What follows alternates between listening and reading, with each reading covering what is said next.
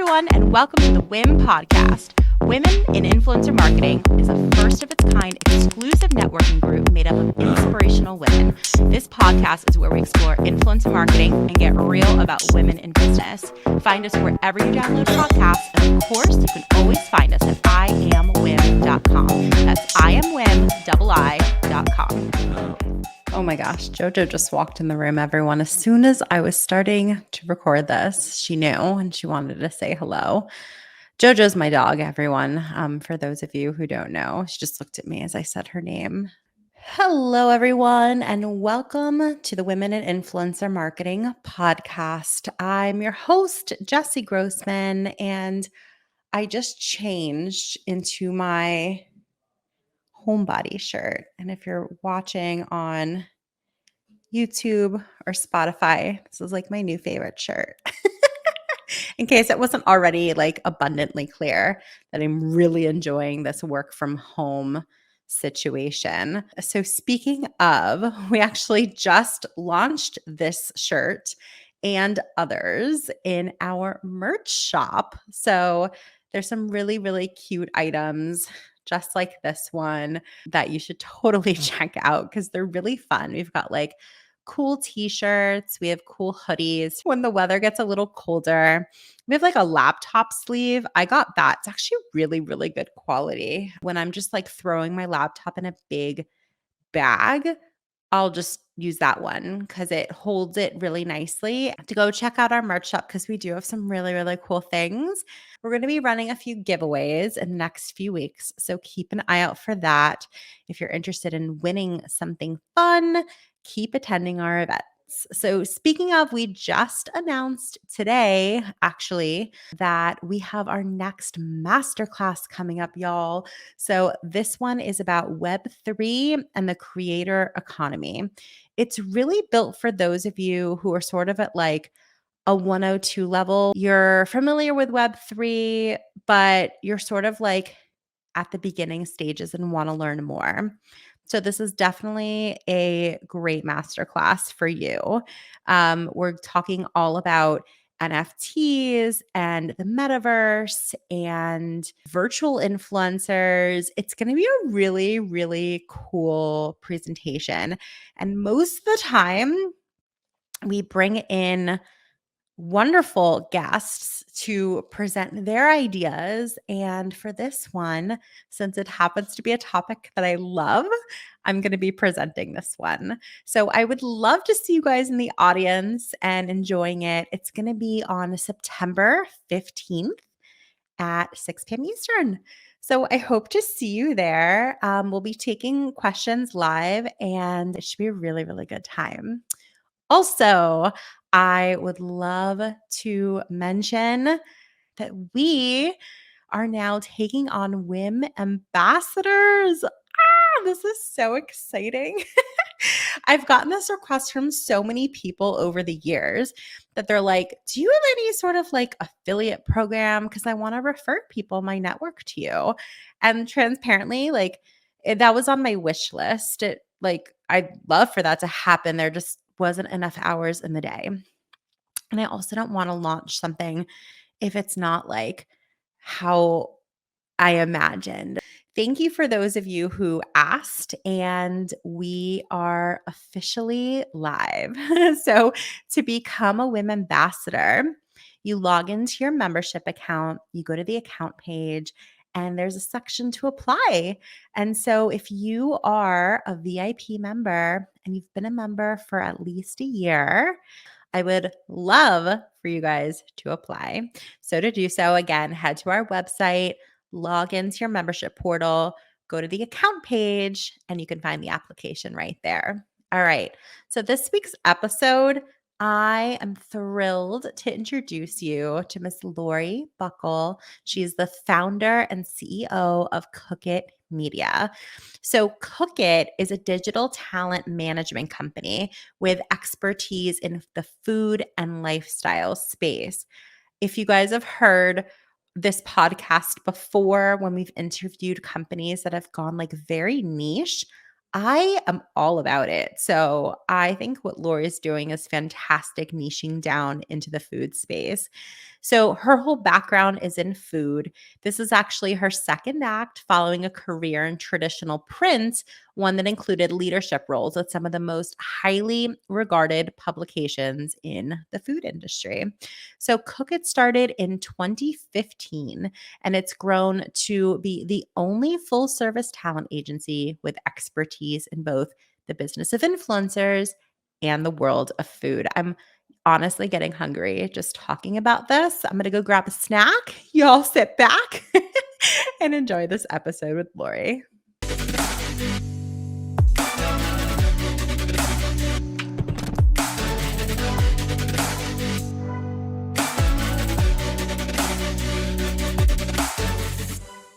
I'm so happy to have you on the show today. I feel like we've gotten to know each other over the past many months. I'm such a fangirl of what you're doing with Cook It and just I don't know, your enthusiasm about all sorts of stuff. I feel like we've had conversations about all sorts of things in the industry and it's really cool to see all the ways that you're innovating. So, first and foremost, welcome and how are you today?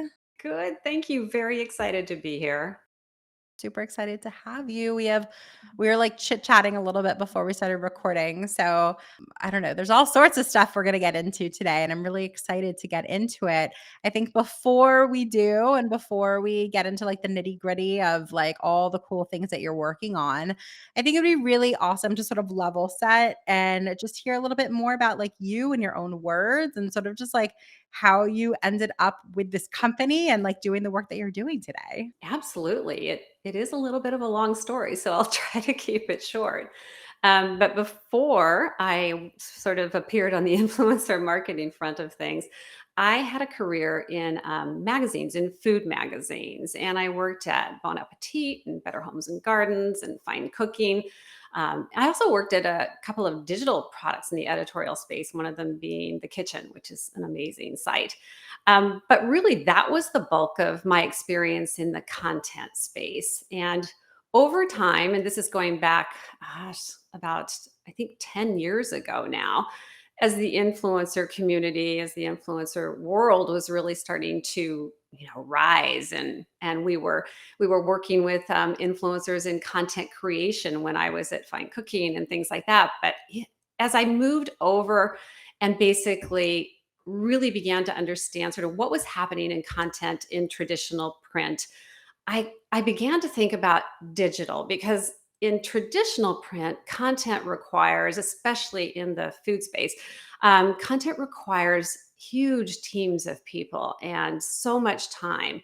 And I was watching, sort of publishers really struggle with that and budgeting for that, and realizing that over here on the influencer side of things, these content creators were able to do so much that it took us, like I said, a full team of people to do. And they could do it so well. And what was happening here was so interesting compared to what was over there in traditional print, especially in terms of cooking and that kind of thing. There was just a lot of innovation over here. So I decided to jump ship, to really leave traditional print and come here and figure out what my value was. This was really kind of the start of Cook It. It was in the consulting space, and really for me understanding what it was like to help an influencer. Basically, they were bloggers at the time, help them become a better business. That was really the focus of the consulting strategy, working with them to help them appreciate the potential that they had, how to better understand their brand story, who they were, how to understand their audience, because bottom line, content only works if it's really serving the audience. How to understand even simple things like content calendars and consistency in content and that sort of thing. And that was really the beginning of kind of my deep dive into what this world was and where it could go and how I could help individuals do that.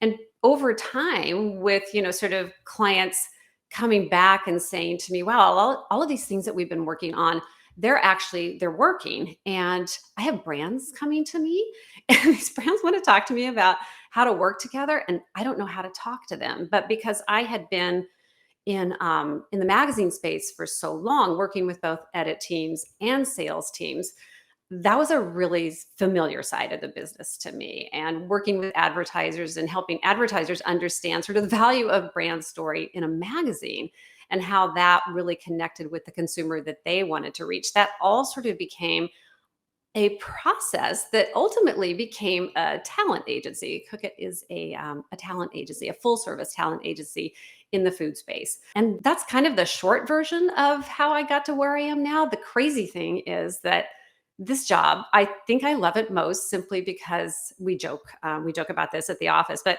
every Monday it's a different job. And that wasn't the case in traditional print, where you were kind of on this path that really didn't shift a whole lot, with the exception of the seasons and holidays and things. But this is really an industry that I think it's still in, its early stages of growth and development, and where it's going to go and how it's going to eat traditional advertising's lunch and all those things that are about to happen. So I think that's really my favorite part. So first of all, you're making me like very nostalgic for those times when I'm like getting on an airplane and like going to those little stores and getting like all the gossip magazines, all this talk about magazines. I still do that with Starburst, yes. I love it. That's so funny. Yeah, like your best sweet and like, something goes, you're like, I'm just like, it's a treat. I'm going on an airplane. I'm just gonna like indulge. Like all this talk about magazines and like Permission to still do that.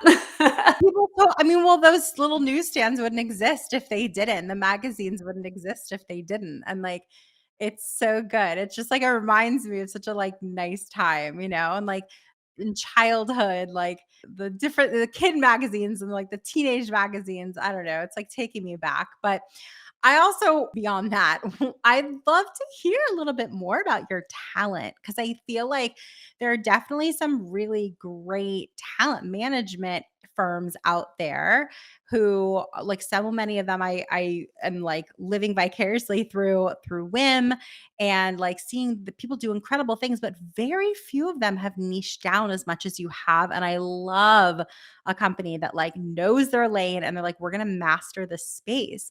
Tell me a little bit more about some of your clients, like brag a little bit. I want to learn more about them. Oh my gosh. We work with the most amazing people. It's interesting because I don't consider sort of recipes and cooking a niche. Obviously, I know it is. I know it's a category. But when we look at sort of talent and content and all of the things that food can be, it's interesting in that it crosses over so many elements of, sort of just life, if you think about it. If you think about travel and traveling to eat and traveling to explore new cuisines, if you think about sort of, the world of cooking beyond the kitchen and what that looks like, and how much there is out there in terms of understanding food, which is really such a big topic right now. Everything from farmers market to regenerative foods, sustainable foods, the topics that people are interested in terms of health and wellness and fitness. It's almost like when you are a food creator, you are very much a lifestyle creator at the same time. And I think that's important to know, but I also think it's true in terms of this niche and our expertise in this niche, which we are all, obviously, I came from food magazines. Everybody on the team has had experience in some way or another with food and food content. So we talk food. And when we're talking to brand clients on the other side, it's a very specific language that we're speaking. And we're really helping them understand things, especially if they're a startup or kind of new to this business. We're helping them understand sort of the world of food almost from a calendar perspective. You and I were just talking about Q4 and how really in so many ways this is the food season. We're about to jump into all of the holidays, from Thanksgiving through the Christmas holidays, through everything that, cookie parties and all that stuff that's about to come up. And how for brands that are kind of new to this, there's so much to know in terms of where they're, sort of how their partnerships can create those opportunities that really puts them right in the middle of the conversation in social media that's happening right then. And pretty soon we're all going to be talking about Halloween and all the fun cakes and, things that make smoke, all the things that people do make for Halloween and the big food part of that. So for the people that we work with, we are definitely always aspiring with them to this kind of larger lifestyle opportunity that they have and how their content, it is about them. Do you know what I mean? This is something that we've also been chatting about a lot. This, becoming the face of your brand is more important now than ever.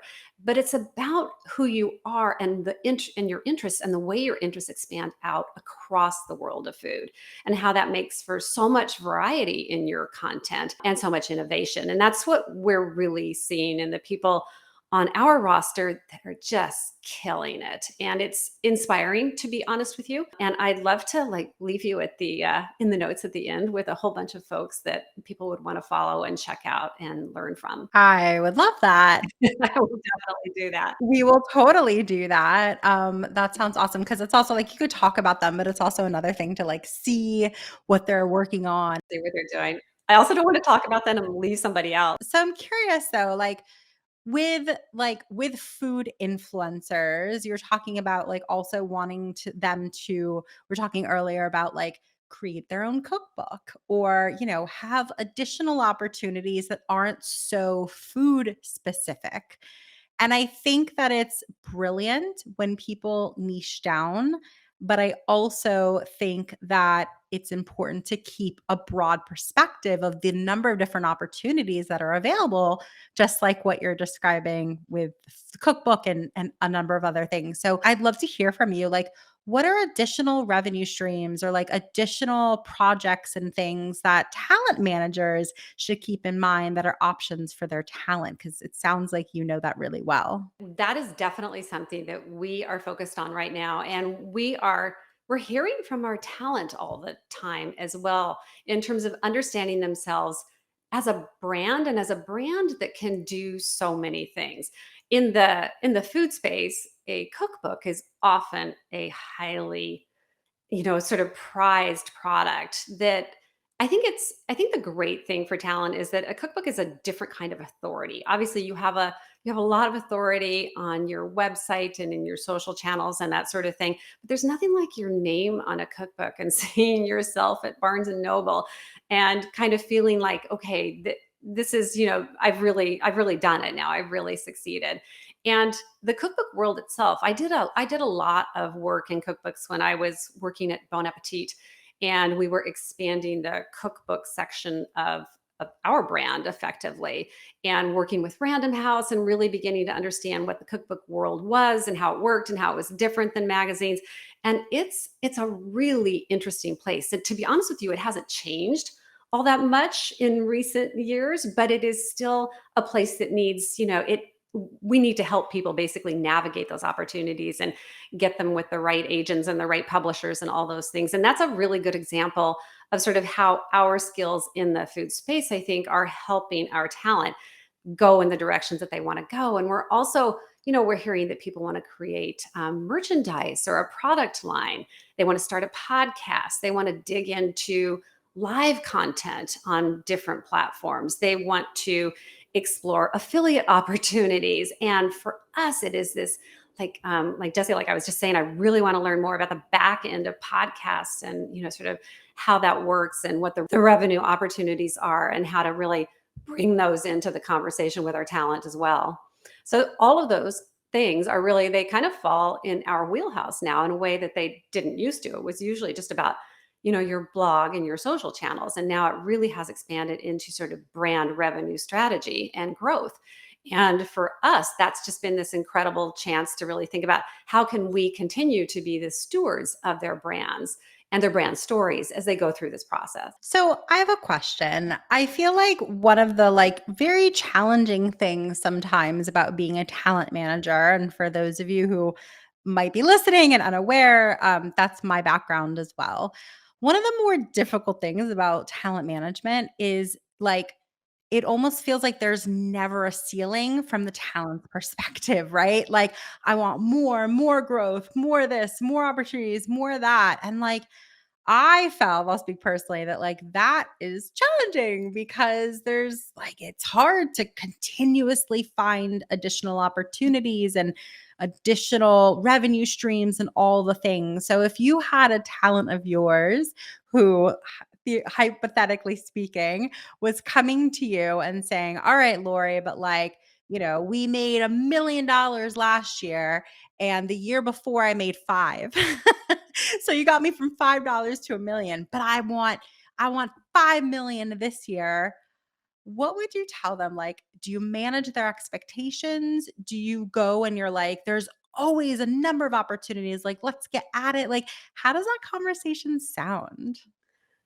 To be honest, I feel like you're describing my favorite person. I mean, this is funny. This is kind of coming to me as you're saying it, but I've always, even before I started to cook it, I felt like I always looked at my job as an entrepreneur. So do your job and then do beyond your job the things that you know are going to make that opportunity bigger and better for you. And perhaps I've brought that with me in terms of understanding talent and what they need in order to succeed in this really volatile climate. Do you know what I mean? They can't they can't sort of say to themselves, all right, I have an amazing website with a lot of traffic, and that's a great revenue stream. I'm over here on TikTok. I'm on Pinterest. I'm exploring, some other options and that sort of thing. And that's the scope of my opportunity because I feel like when you think that way, you limit yourself to basically just business as usual, the status quo. But when you think in terms of a true multi-platform strategy for yourself, which I think is the opportunity we're talking about, it's obviously a multi-revenue strategy as well.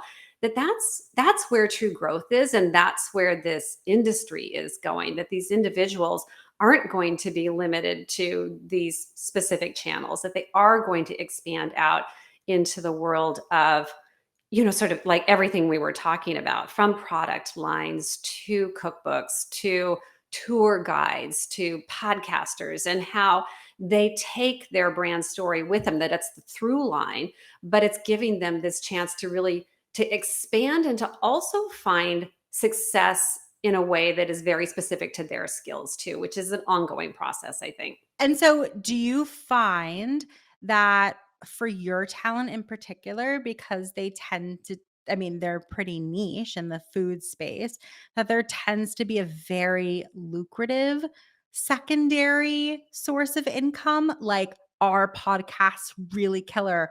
Or, I guess like platform wise, like, are you telling everyone to get on TikTok? Because I've actually heard mixed things. Actually, we have a weekly room on LinkedIn. They have like a LinkedIn audio room that we host every Thursday, selfish plug, at 1 p.m. Eastern. And we cover the latest like news stories in social media and influencer marketing. And one of the stories we recently discussed was all these influencers on TikTok who like the numbers look great, but they're having difficulty converting the viewers to being followers. And therefore, they're having difficulty also getting brand like partnerships because the people aren't necessarily like sticky and loyal and the things that they might have experienced on like a YouTube, for example, or even Instagram. And so, my question, I'm kind of going off on a tangent about TikTok, but I hear a lot of people saying like, "Oh my god, I've heard a manager say this, I require all of my talent to be on TikTok. They have to be on TikTok." But and it's interesting, and if it works for them, it works for them. I guess I'm curious what works for your talent in terms of like the platforms that they're on and like what they're doing the best at, like what they're getting the most traction on. I love that question. There's so many sides to that question. I think one of the interesting sides is clients, effectively brand clients, and their transition from fear of TikTok to TikTok requests right now was pretty fast. It was really, at the start of the pandemic, there was a lot of back and forth about taking TikTok off your phone and things like that. And it's really become the platform that so many brands are interested in because it has so much potential to have like dropping a boulder into the ocean instead of throwing some rocks in and seeing what happens, and how quickly something can go viral and have this huge impact. The challenge is that it's very difficult to predict that that's going to happen, obviously, but there's also this sense of sort of regular pacing content, this and this and this, like you said, here's, it's just kind of a straight line. And then it does the viral thing and then it goes back down. And how to actually manage both talent's expectations around that and the client's expectations. Predictability is definitely an issue. But to be honest with you, it's an issue with Instagram right now too, with all the stuff that's going on at Instagram. Is very hard to predict that that an influencer will get the same results doing exactly the same this time as opposed to last time. But in the food space on the talent side on TikTok, one of the biggest challenges is there is no place to keep a recipe effectively. And recipes are obviously a very big part of the content creation that our people provide, that they excel in. And we're working hard with them to ensure that they own their content. And it's almost this what we're recommending is they go back to the idea of having a blog, a website where it is proprietary. Despite what's happening in all the social media platforms, their content lives there, and it can't disappear with platform. If that were to happen, that has happened before. And people who have all of their content, create all of their content within a platform that's outside their own brand, that is a real risk. And in terms of revenue potential, a strong, optimized, SEO optimized website is still one of the most valuable things that a food creator can have. And the people who have been doing it for some time and have built out significant traffic and have amazing content that's performing for them year after year, basically, that's a really significant revenue stream. And I think to think about that, not so much in the, oh, wait, we're not blogs anymore perspective, but to think about it from what is the future of having your own site and what can you do with that and how can you monetize it is a lot of what we're talking about right now. The other piece of this, and I think this is kind of coming back to how we help them prioritize their time, because we do have people who want all of it all at once. And it really is kind of helping them understand where is the real value and how does that compare to the time investment that I want to put into creating a podcast or writing a cookbook. And that's a real conversation, because cookbooks are this amazing thing. It's funny we're talking about cookbooks so much. They are this incredible thing to have sort of in your, sort of in your roster of successes. But at the same time, they are very time consuming. They can take 1 to 2 years, and that's a pretty significant time investment when you think about this business and how quick it's changing and how much you have to do to really stay in the conversation. So oftentimes we'll Can I ask a quick question? Why does a cookbook take 2 to 3 years? Like, can you tell us a little bit about that process? Because that's a long time. Yeah, it is wild. It's the cookbook industry, the book industry hasn't really changed that much in all this time. They still have their own pace and their own process, and it's just a time-consuming process. With a cookbook, it actually begins with people just think, oh, I can put together a quick proposal and send it to a publisher, and it'll be accepted, no problem. But it actually starts with a cookbook proposal. And one of the courses that, that CookIt offers is actually how to write a cookbook proposal. And it's a 6-month process. It really is this very detailed, very sort of organized exploration of your idea, your concept, why it's valuable, who your audience is, how that audience is aligned with your audience in social, so that you're a marketing machine in the process. Understanding the organization of the cookbook and the value of the cookbook in the current conversation about food.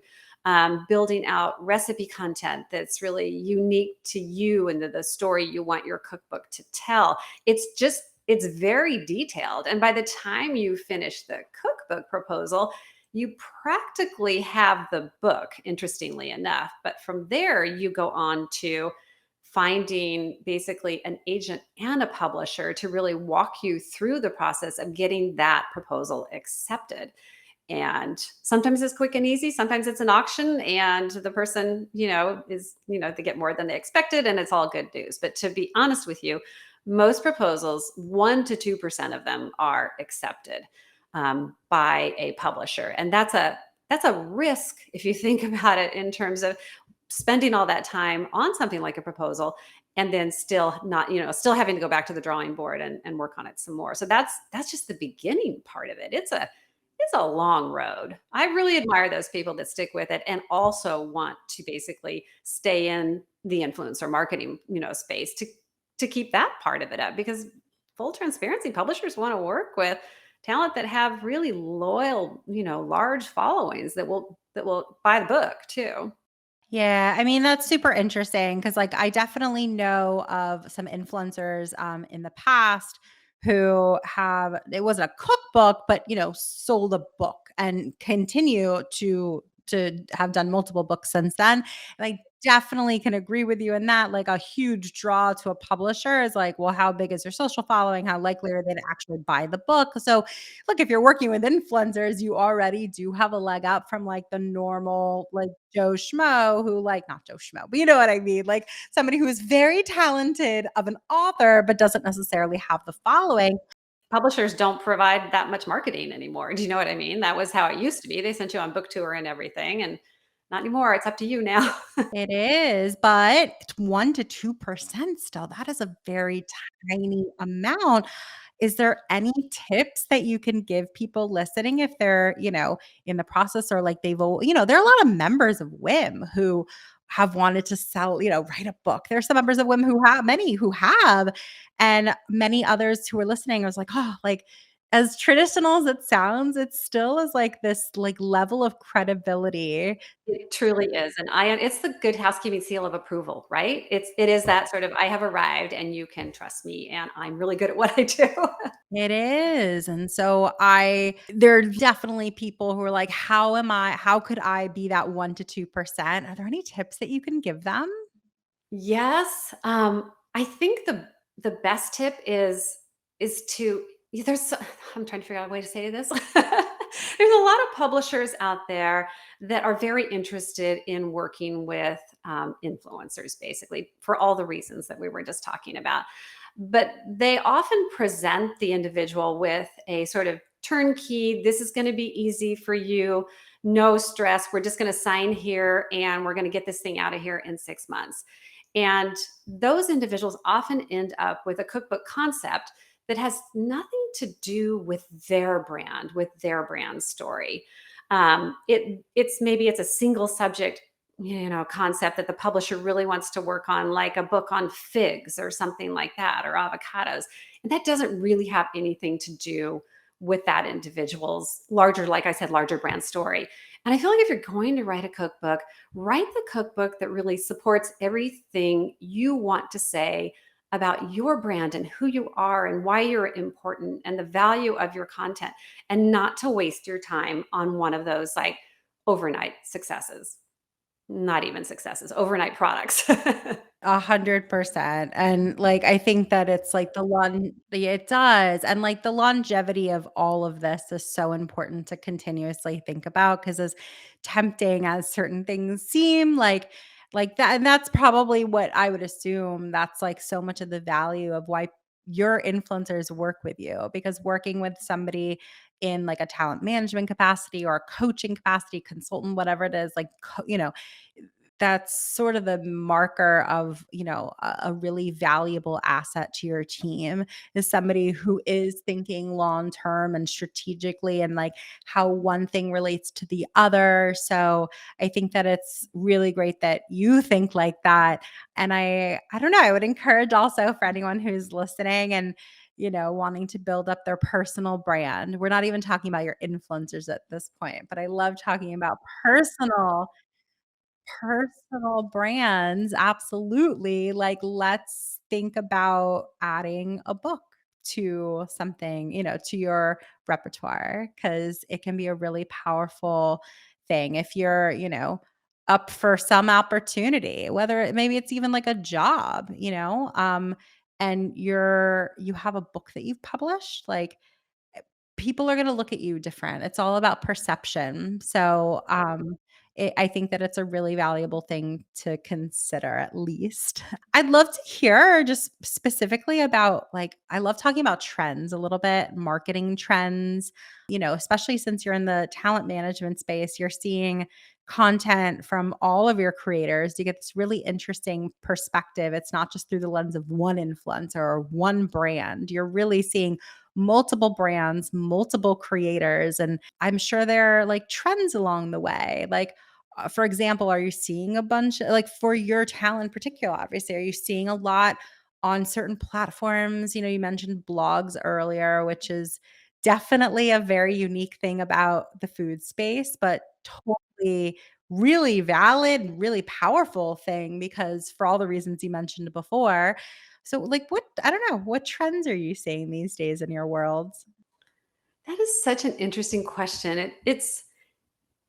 Brands aren't necessarily trends. I'm not sure I'm saying that right, but if an influencer has a very strong, like we were just saying, like a strong brand story and really understands who she is and the value of her content and how that content is really serving her audience, there are trends within that content. If you think about, like one example is sort of the world of moms and parenting and how that has changed so much, even in the space of time that Cook It has been around.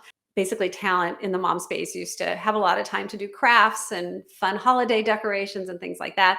And now those trends are moving more into like things like baby led weaning, which is really, really interesting. It's sort of working with your baby to help them eat real foods as opposed to, foods out of a jar, and how to do that and how to do that from a pretty early age and help them explore, and how that kind of ensures that that baby is actually getting a whole food diet that isn't so processed, and things like that are actually trends that are happening out there in the world of food as we all talk about healthier food, regenerative food, sustainable foods, all of those things that consumers are now expecting out of the products that they buy and wanting to have that caliber of food sort of in their kitchens and on their family tables. It's been a long time since I was feeding my kids macaroni and cheese out of a box, and it's completely different now. But it's a trend that's been happening for a while now, and it's really the influencers that are stepping up to the plate and answering that consumer call for better quality and that sort of thing. And I think that's happening in so many ways as food itself really shifts with the times and with the technology, to be honest with you too. Yeah, I mean, that's so interesting because I feel like, I mean, that's like the epitome of influence, isn't it? Like, yeah, it's not even necessarily having like an influencer role with the trends of marketing. It's like they're creating. They're creating the trends and the consumers are following them for that, for that ability to find the products that they want and to understand how to use them. It's also our obligation, I think, as an agency, and we're spending so much time all the time in research and talking to brands. We're coming to see you, Jesse. We're going to New York and Philadelphia at the end of September to go to a conference called Expo East, which is very much for brands in the health and wellness space that are interested in distribution. And I used to go when I was in traditional print, I used to go to see the trends, to really understand, all the different water flavors, all the different chips, all these kinds of things. And we still do that because that is, everything right now is everything bagel flavor.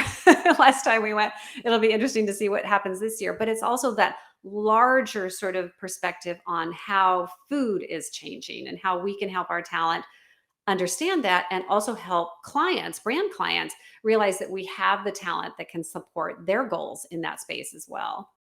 Wait, everything is bagel flavored? I don't tell me more about this. This is tell me. We went to Expo West. It's on both sides. It's twice a year and it's on both sides of the coast. And we went to Expo West, I think it was back in February. And I, it was almost like every other product we were trying, the flavor, whether they were chips or crackers or a dip or a hot sauce, everything bagel flavor was the one that kept coming up. And it's really funny to go to those conferences and see what's happening. No, it's definitely fun to go to those conferences. It's like, I don't know. I think look, you're talking to a person who like founded a networking organization. So like I certainly love for the opportunity to meet other people. And to me, so I recently, a few months ago, went to VidCon. Before then, I went to like a few other conventions as well. It felt really it felt different than it did pre-COVID to go to a convention. I don't know. I'm like naturally a little more introverted. So going to a convention, I'm like, oh, like I have to do it or I should do it. But I gotta say, like post COVID, going to my first couple conventions since then, it was kind of like a breath of fresh air, like seeing people in person again. And I love learning. So it's also like really kind of interesting to like sit in the auditoriums and just like listen to the lectures and things that people are panel discussions and things. But I'm wondering if you feel the same thing. When I go to a conference, I'm also like riddled with anxiety because I'm always like, all right, especially if I have to travel to one, because I'm like, all right, I have spent a significant amount of money to be here. And like, if you own your own business, like you do, you're like, this isn't on anybody else's dime. This is on my dime. And this conference is all of 2 or 3 days max. And I need to get so much out of this. And I'm just like, like, what do I do? Where do I go? And I always feel like I didn't accomplish everything that I hoped. Do you feel like that when you go to conferences? And if you do, like, what do you do about it? I love that so much. I don't think anyone's ever asked me that, Jesse. Yes, I am also that introverted person who like walks into a conference like it's a cocktail party where I don't know anybody. But having done it for so many years and having so much, oh, this sounds funny, but having so much to brag about in terms of the talent that we work with and the value of that talent really kind of shifts the model for me because it does give me a chance to realize that you know, I get to talk to all of these really interesting clients who need my influencers so badly. And I can explain to them what this industry is and how it works and why they need to better understand this person and how she can basically change everything for them, she or he. So it has become sort of this place where like you said, I always feel like I leave, I don't get everything done. You're right, it is a big investment and there's a team of us that go and we're always trying to get smarter and better about how we do these shows and who we talk to and what we say. We talk about that a lot too. And what we get out of it, and also trying to prove ROI, just like we do with the clients, really prove our ROI on our experience there. But you're right, there is a lot of pressure, but it is also that moment where you are face to face. And I think like everybody in the past couple of years, I have missed it so much because when you actually get that chance, even like what we're doing now is a version of that. But it is that sense of I get to speak to you standing here as a representative of your brand, telling you what I know to be your path to success. And that is great. It is great. It's so great. I think like we're running out of time, which I am like sad about, but I'd love to ask you a follow-up to that what you were just getting at. I feel that you mentioned briefly, you're like, we talk about internally if we're going to a conference, what do we say? Like what's our pitch, Like to be able to maximize our time in front of some really important people. I don't know. Walk me through that process. Like, how do you decide how to best sell yourself in a really short period of time? It's interesting that, sort of we have 2 clients. We have brand clients over here on the, sort of the partnership side, the business development side, and we have talent. But talent are really our highest priority in so many ways because they are the source of the content and the source of the potential that the brand client has in terms of how to succeed in this industry. And depending upon sort of like where we are in the conversation, we really focus on these different opportunities as a chance to help a client understand what influencer marketing is. And I feel like that's a conversation we come back to time and again because so many brands think they know or maybe have had some experience, but don't really know what we do. And getting the chance to talk about what we do and how what we do is at the center of talent, or talent basically is at the center of what we do, how that is basically an industry that is very much like advertising, but not advertising because there is this human component in the middle. And the human component gets more and more important as the industry evolves and separates it that much more from traditional advertising, which is, a billboard on Sunset or something like that. Whereby we are actually able to provide what is almost like experiential advertising or experiential marketing, where this is happening in live time and the client can see the impact of the influencer and her promotion of the product. And I think it's just such an unusual thing that any chance to help a client get smarter about how we do what we do is a huge opportunity from my perspective. 100%. I think that's like such valuable advice. And I know that people listening are like probably like taking either physical notes or mental notes like I am. Because that's really, really interesting to think about that, just like you said. Yeah, it's fascinating. It is. It really truly is though. Like, so much of the time, both on the talent side and to be honest with you, on the client side, we are teachers about what is this business and how does it work and how do you succeed? How do you succeed in influencer marketing? And it's something that we're all continuously fine-tuning, because it's changing so much and I don't know, the world's changing so much too. So and it's so much more of an art than a science also. So there's so many variables and it depends on you and the person that you're talking to and the person that you're talking about and like I don't know, but it's the best way, I guess, if I were to say like how to figure out the best way for you is to just keep trying different things and experiment a little bit and put yourself out there. I feel like that's probably the best way to try anything, to figure out anything in life, right? Isn't that the truth? Just walk up. Walk up and take control. Walk up and take control. Oh, I love it. So I have a feeling that our listeners would love to get in touch with you, to learn more about you, to learn more about Cook It, work with your talent. What is the best way for our audience to get in touch with you? Oh, I would just love to talk to anybody who has questions or ideas, anything that sort of about this business that we could have a conversation about. I am an open door, definitely. You can find us at just basically our website, cookit-media.com, which is a great place to reach out. There's even a form there that you can fill out, and we get back to you right away. We just love those things.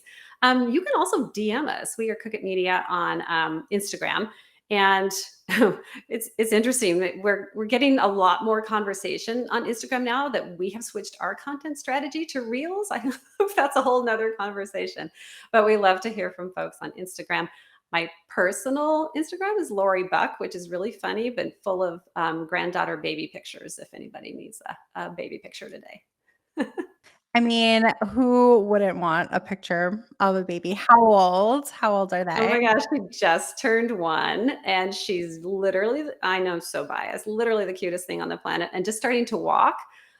So getting a little crazy over here some days. That is so stinking sweet. Yes, I think that it would be lovely to both learn about you and your company. And oh my God, when you're a business owner, they feel very intertwined. They are. They definitely are. So we're going to definitely link all of that in the show notes below. I thank you guys so much for tuning in today. Thank you, Laurie, for being such a great guest. And for everyone listening, we will see you next week. If you enjoyed this episode, we got to have you back. Check out our website for more ways to get involved, including all the information you need about joining our collective. You can check out all the information at iamwim.com. Leave us a review, a rating, but the most important thing that we can ask you to do is to share this podcast. Thanks for listening. Tune in next week. Tune in next week.